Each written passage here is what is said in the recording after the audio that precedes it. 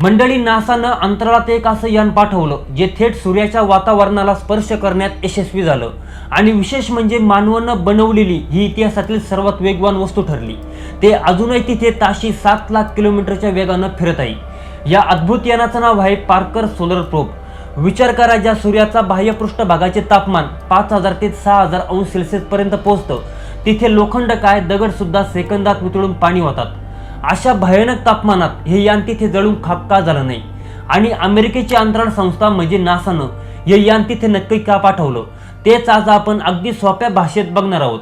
नमस्कार मंडळी, मी विठ्ठल, तुम्ही बघताय वेद.com। हा प्रवास समजून घेण्यासाठी आपल्याला थोडं भूतकाळात जावं लागेल। मानवाने चंद्रावर पाऊल ठेवलं, मंगळावर याने पाठवली आणि सूर्यमालेच्या टोकापर्यंत आपले उपग्रह पोहोचवले। पण सूर्य हा नेहमीच आपल्यासाठी एक रहस्य बनून राहिला होता। सूर्याचा अभ्यास लांबून करणं शक्य होते, पण त्याच्या गूढ रहस्यांचा उलगडा करण्यासाठी त्याच्या जवळ जाणे गरजेचे होते।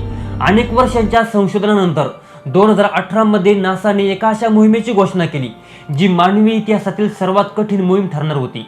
ऑगस्ट 2018च्या एका रात्री एका शक्तिशाली रॉकेटच्या साहाय्यानं पार्कर सोलर प्रोब अंतराळात प्रक्षेपित करण्यात आलं। या मोहिमेला सूर्याला स्पर्श करणारी मोहीम असं नाव देण्यात आलं। जेव्हा हे यान पृथ्वीवरून निघालं तेव्हा संपूर्ण जगाचे डोळे या मोहिमेकडे लागले होते, कारण हे यान विज्ञानाच्या मर्यादांना आव्हान देणार होतं। आता तुमच्या मनात प्रश्न आला असेल की ह्या यानाला पार्कर हेच नाव का दिलं गेलं? अंतराळ विज्ञानाच्या इतिहासात सहसा मृत शास्त्रज्ञांच्या नावावरून मोहिमेची नावे ठेवली जातात, पण या मोहिमेचं वैशिष्ट्य असं की नासानं पहिल्यांदाच एका जिवंत शास्त्रज्ञाच्या स्मरणार्थ यानाला नाव दिलं। ते शास्त्रज्ञ होते डॉक्टर युजीन पार्कर। त्यांनी 1950च्या दशकात एक सिद्धांत मांडला होता की सूर्यामधून सतत काही गरम कण आणि चुंबकीय लहरी बाहेर पडत असतात, ज्यांना आपण सौरवादळे किंवा सोलर विंड्स म्हणतो। जेव्हा त्यांनी हा सिद्धांत मांडला तेव्हा सुरुवातीला इतर शास्त्रज्ञांनी त्यांच्यावर विश्वास ठेवला नाही, पण नंतर ते खरे ठरले। म्हणूनच त्यांच्या या महान शोधाचा गौरव करण्यासाठी या यानाचे नाव पार्कर सोलर प्रोब ठेवण्यात आलं। या मोहिमेचा मुख्य उद्देश जाणून घेणंही खूप रंजक आहे। सूर्याचा जो भाग आपल्याला डोळ्यांनी दिसतो त्याला सूर्याचा पृष्ठभाग किंवा फोटोस्फिअर म्हणतात। या पृष्ठभागाचे तापमान साधारण 6000 अंश सेल्सिअस असते, पण आश्चर्याची गोष्ट म्हणजे सूर्याच्या वरचे जे बाह्य वातावरण आहे, ज्याला विज्ञानाच्या भाषेत कोरोना म्हटलं जातं, त्याचे तापमान चक्क 10 लाख अंश सेल्सिअस पेक्षा जास्त असते। आता हे निसर्गाच्या नियमाच्या अगदी उलट आहे। आपण जेव्हा शेकोटीजवळ बसतो तेव्हा शेकोटीच्या जितके जवळ जाऊ तितकी उष्णता जास्त जाणवते आणि दूर गेल्यावर उष्णता कमी होते, पण सूर्याच्या बाबतीत अगदी उलट घडतं। सूर्याच्या पृष्ठभागापेक्षा त्याचे बाह्य वातावरण शेकडो पट जास्त गरम असते। हे असे का होते?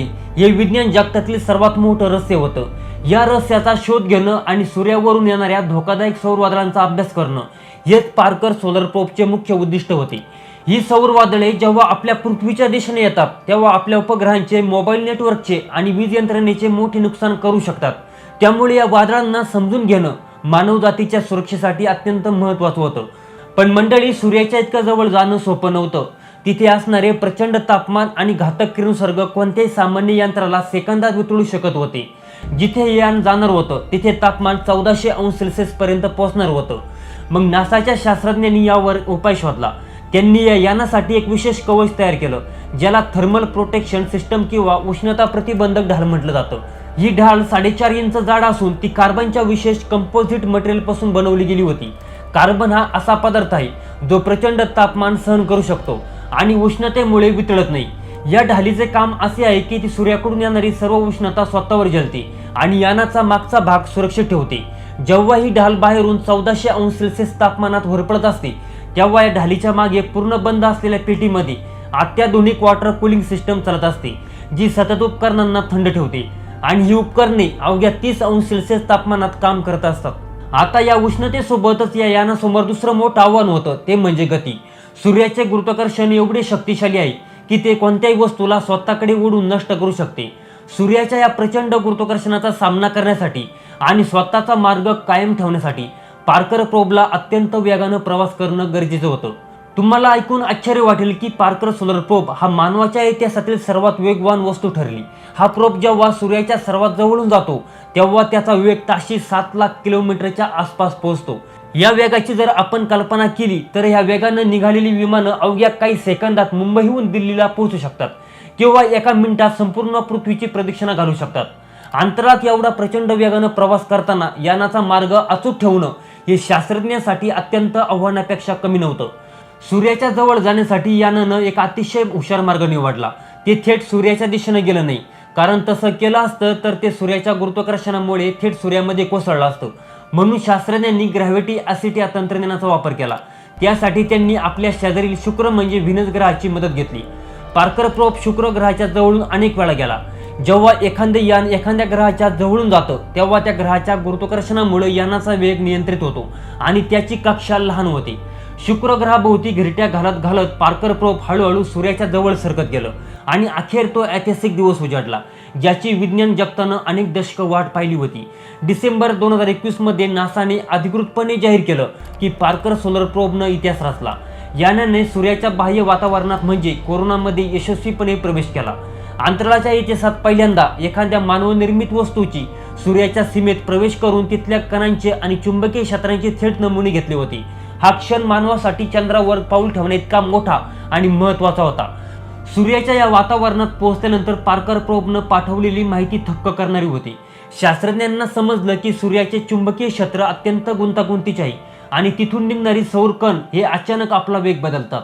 ज्या सौर वादळांचा अभ्यास आपण पृथ्वीवरून करत होतो ती वादळे नेमकी कशी तयार होतात याचे मूळ स्थान यानाने शोधून काढले. या माहितीमुळे भविष्यात पृथ्वीवर येणाऱ्या सौर वादळांची पूर्वकल्पना मिळणं शास्त्रज्ञांना शक्य होणार आहे, ज्यामुळे आपण आपले उपग्रह आणि दळणवळण यंत्रणा वेळेवर सुरक्षित करू शकू. हा प्रवास इथे संपत नाही. पार्कर सोलर प्रोब अजूनही अंतराळात कार्यरत आहे आणि त्याची मोहीम सुरूच आहे. तो प्रत्येक फेरीत स्वतःचे रेकॉर्ड मोडत सूर्याच्या आणखी जवळ जाण्याचा प्रयत्न करत आहे. जितका तो सूर्याच्या जवळ जात आहे तितकी जास्त उष्णता आणि आव्हाने वाढत आहे, पण त्याच्यासोबतच नवनवीन माहितीचा खजिनाही आपल्याला मिळत आहे. तर मंडळी, जेव्हा जेव्हा आपण आकाशात चमकणाऱ्या सूर्याकडे पाहू तेव्हा तेव्हा आपल्याला नक्कीच आठवण येईल की तिथे दूर अंतराळात मानवानं तयार केलेलं एक छोटंसं यान प्रचंड उष्णतेचा सामना करत मानवाच्या कल्याणासाठी आणि ज्ञानासाठी सूर्याशी 2 हात करत आहे. तर तुम्हाला पार्कर सोलर प्रोबची ही माहिती कशी वाटली कमेंट्समध्ये नक्की सांगा आणि हा व्हिडिओ आवडला असेल लाईक आणि शेअर करायला विसरू नका.